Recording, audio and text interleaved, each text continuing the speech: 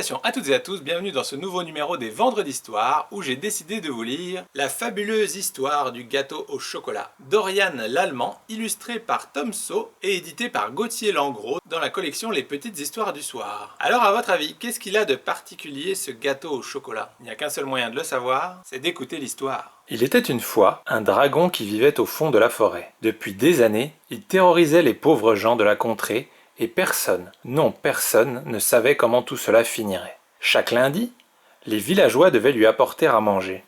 Veaux de l'année, cochons grassouillets, poulets en quantité, tout était bon à son estomac glouton. Et chaque lundi, au lieu de dire merci comme un dragon poli, une voix tombée du ciel menaçait. « Si vous ne revenez pas lundi, je viendrai moi-même me servir, et gare à vos petits !» Élu meilleur rôti du monde, Jean Bonneau. Le bon jambon. Cocotte, cocotte. Oh non, il ne faisait pas bon vivre dans le petit village. Les jeunes, les vieux, les grands, les petits, tous avaient perdu ces envies qui font la vie jolie. Envie de chanter, de rire, de rêver, de voyager. La peur mangeait tout à l'intérieur de leur cœur. Attention au dragon! Boulangerie, fermée. Rosie, heureusement, il restait Léon. Léon, un joyeux petit garçon, et surtout, un fameux marmiton. « Pourquoi es-tu si gai ?» lui demandaient les autres enfants. « Tu n'as donc pas peur de finir dans le ventre du dragon ?»« Non, » répondait Léon, « je suis bien trop occupé pour ça. »« Occupé à quoi ?» demandait-il encore. « Rentrer du bois, observer les oiseaux, faire un gâteau. » Oui, vraiment, Léon était étonnant. Léon, chocolat, sucre, cuisine, lait, gâteau au choco, farine, levure. Un dimanche soir, pourtant, Léon se coucha contrarié. Tout l'après-midi, il avait cuisiné un gâteau au chocolat en suivant une recette qu'il venait d'inventer. À la sortie du four, le gâteau était doré et gonflé à souhait. Et il avait hâte de le partager. Eh bien, personne, non, personne n'avait voulu goûter le gâteau de Léon. Ni les parents, ni même les enfants. Ils avaient tous le ventre noué en pensant au lendemain. Lundi matin, le jour du dragon, et ils ne pouvaient rien avaler. « Ça ne peut plus durer !» grommela Léon dans son lit. « Demain, c'est moi qui portera à manger à cet affreux dragon, et on verra bien. » Ne pas toucher, merci, pour le dragon. Au petit matin, Léon mit son gâteau au chocolat dans un panier et prit le chemin de la forêt. Le petit garçon marchait d'un bon pas. Il était pressé de rencontrer le dragon et de lui faire goûter son gâteau. « Et s'il ne l'aime pas ?» murmurait une petite voix à l'intérieur de sa tête. « C'est toi qui le mangeras. »« Baliverne !» répondait Léon. Mon gâteau est si délicieux que même un dragon furieux n'y résistera pas. Léon arriva près du grand chêne, au cœur de la forêt. C'est là que, depuis des années et des années, on déposait la nourriture pour le dragon. En sifflotant, Léon s'installa entre les racines. Aussitôt, un grognement effroyable retentit, glaçant d'effroi tous les animaux aux alentours. Une voix féroce tomba du ciel et l'interpella. « Qui es-tu pour oser t'asseoir ici? Où est mon repas ?» « Ton repas est dans le panier que voilà, » répondit Léon. « C'est un gâteau au chocolat dont tu me diras des nouvelles. »« Se moquerait-on de moi ?»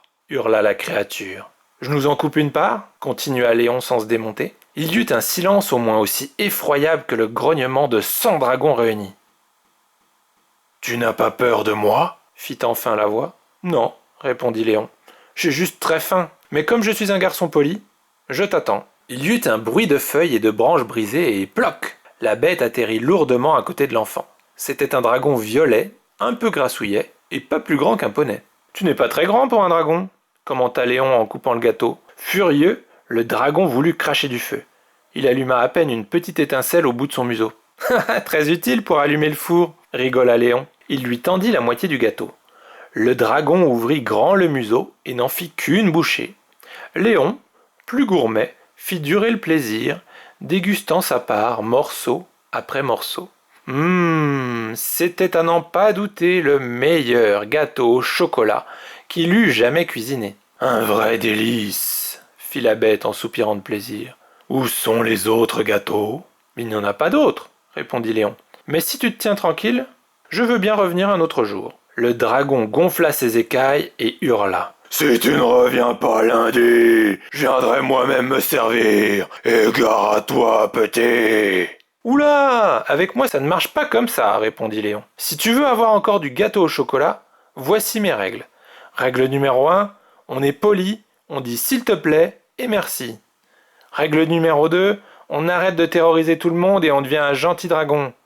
Règle numéro 3, j'apporte du gâteau au chocolat quand je veux et on le mange ensemble. C'est mieux.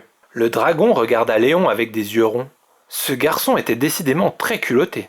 Mais son gâteau était bon, bien meilleur que les vaches, poulets et autres mets qu'il était habitué à manger. Alors il accepta. Dès lors, les villageois vécurent en paix. Léon inventa d'autres gâteaux, mais sa grande spécialité resta le gâteau au chocolat. Des gourmands vinrent de tous les horizons pour le goûter. Le village entier mit la main à la pâte pour aider le garçon. On raconte même que c'est un petit dragon violet et grassouillet qui allumait les fours et qui gardait, la nuit venue, les gâteaux prêts à être vendus. Pâtisserie, Choco, Léon. Les bons gâteaux de Léon, ouverts. Ding dong. I love Léon.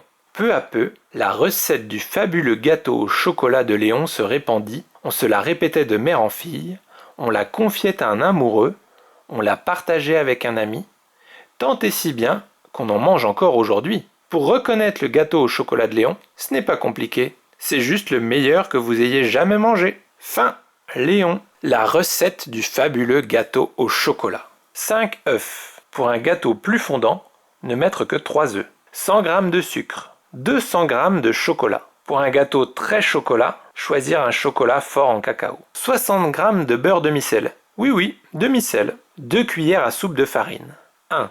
Séparer les jaunes des blancs. Monter les blancs en neige et réserver au frais. 2. Battre les jaunes et le sucre jusqu'à ce que le mélange blanchisse. 3. Faire fondre le chocolat et le beurre au bain-marie.